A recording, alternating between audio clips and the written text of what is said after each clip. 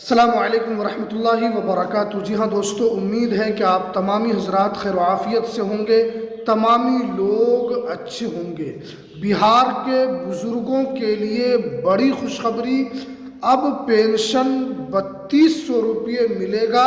सम्राट चौधरी का बड़ा ऐलान। आप जानते हैं कि पेंशन को लेकर चाहे वो सुप्रीम कोर्ट हो या केंद्र सरकार हो, राज्य सरकार के ऊपर ये दबाव बना रही है कि उनके पेंशन को बढ़ाया जाए। इसी बीच में बिहार के उप मुख्यमंत्री सम्राट चौधरी की तरफ से भी हरी झंडी दे दी गई है और बता दिया है कि अब आपको 1100 रुपये पेंशन नहीं मिलेगा बल्कि 3200 रुपये पेंशन मिलेगा।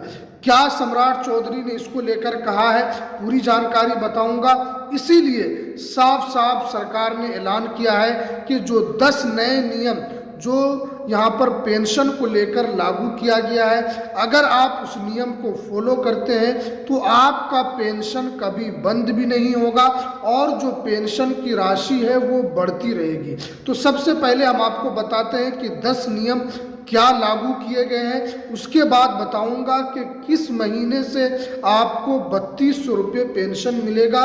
और सम्राट चौधरी जो बिहार के उप मुख्यमंत्री हैं, उन्होंने इसको लेकर क्या कहा है। तो सबसे पहले आपको यहाँ पर पेंशन लेने के लिए आपको कुछ काम करना होगा, जिसको लेकर यहाँ पर पूरी जानकारी हम बताएंगे।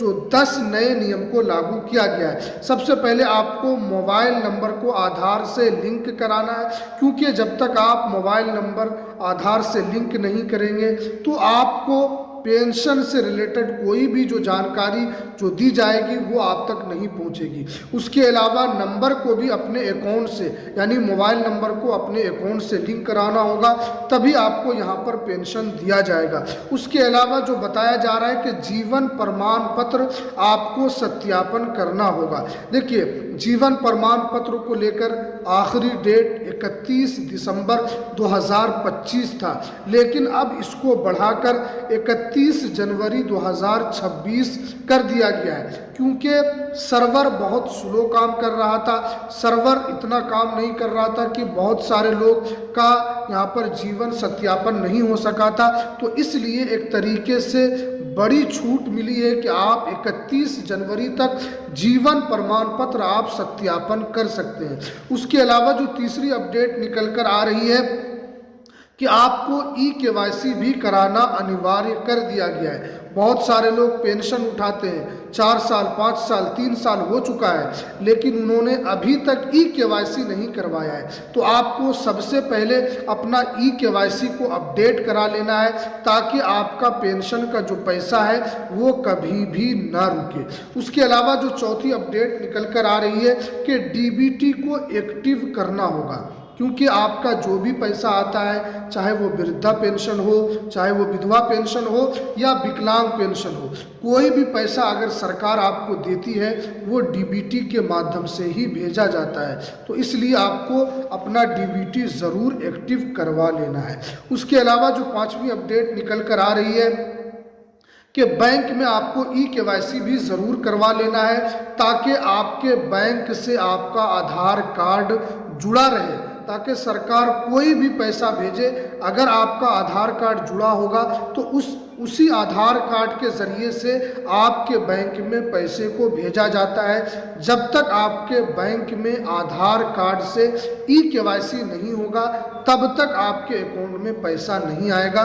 तो ये काम भी आपको कर लेना है। उसके अलावा जो 6ठी अपडेट निकल कर आ रही है कि विधवा के पूर्ण शादी करने पर पेंशन बंद कराना होगा। देखिए, अगर कोई विधवा महिला है, अगर उन्होंने शादी कर लिया है, उनकी दूसरी शादी हो चुकी है, तो अब जो आप पहले पेंशन उठा रहे थे उस पेंशन को बंद कराना होगा। अगर आप पेंशन बंद नहीं कराएंगे तो पेंशन प्लस आपको कुछ जुर्माना भी देना होगा। पेंशन की भी रिकवरी की जाएगी और कुछ जुर्माना भी आपको वहाँ पर भरना पड़ सकता है। तो इसलिए अगर आप पेंशन उठा रहे हैं तो पूर्ण शादी करने के बाद आपको ये बंद कराना होगा। उसके अलावा जो बताया गया है कि उम्र का आधार कार्ड से डिजिटल तरीके से सत्यापन किया जाएगा। देखिए बहुत सारे लोग ऐसे हैं जो एज दूसरे सर्टिफिकेट में तो उनका एज पूरा हो चुका है, उनकी एज 60 साल हो चुकी है, लेकिन उनके आधार कार्ड में एज पूरी नहीं हुई है। तो अब आपके उम्र का यानी आपके एज का भी अब डिजिटल तरीके से सत्यापन हो, तो अब आपके उम्र का भी डिजिटल तरीके से सत्यापन किया जाएगा। उसके अलावा जो अपडेट निकल कर आ रही है कि पेंशन न मिलने पर आप शिकायत भी दर्ज करा सकते हैं।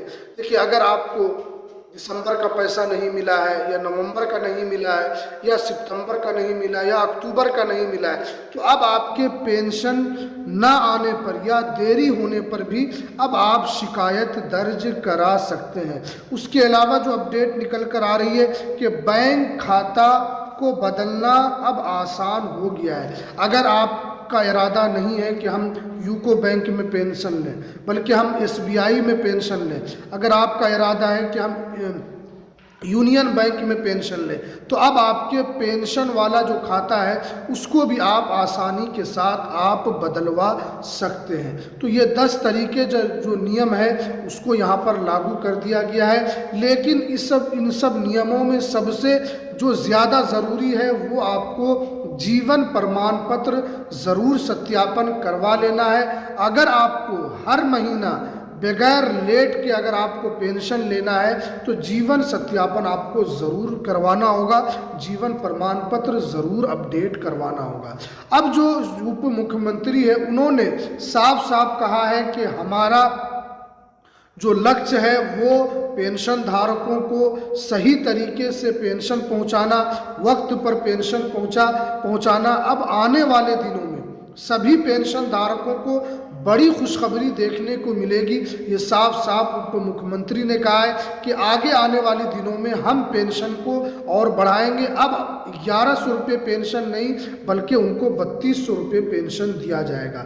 अब इंतज़ार कीजिए कि उनकी तरफ से ये कब लागू किया जाता है, लेकिन ये तो निश्चित है कि क्योंकि केंद्र सरकार ने भी और सुप्रीम कोर्ट ने भी साफ कहा है कि जो पेंशन धारकों को बहुत कम पेंशन मिल रहा है उनके पेंशन को ज़्यादा किया जाए, उनके पेंशन को अधिक किया जाए ताकि उनकी ज़िंदगी भी आसानी के साथ चल सके, वो भी अपने दवाई का इंतज़ाम कर सके, खाने पीने का इंतज़ाम कर सके, उनको भी अगर कहीं जाना है तो उसका भी इंतज़ाम कर सके। क्योंकि सरकार जो उनको पेंशन देती है वो उनके बुढ़ापे को देखते हुए, अगर कोई विधवा है तो उनके घर में कमाने वाला नहीं है उनको देखते हुए पेंशन देती है।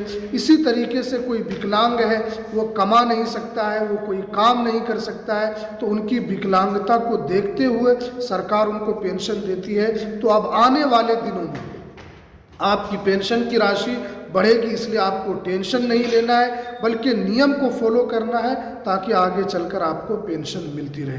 तो चलिए हमें दीजिए इजाज़त, फिर मिलते हैं नेक्स्ट वीडियो में नई अपडेट।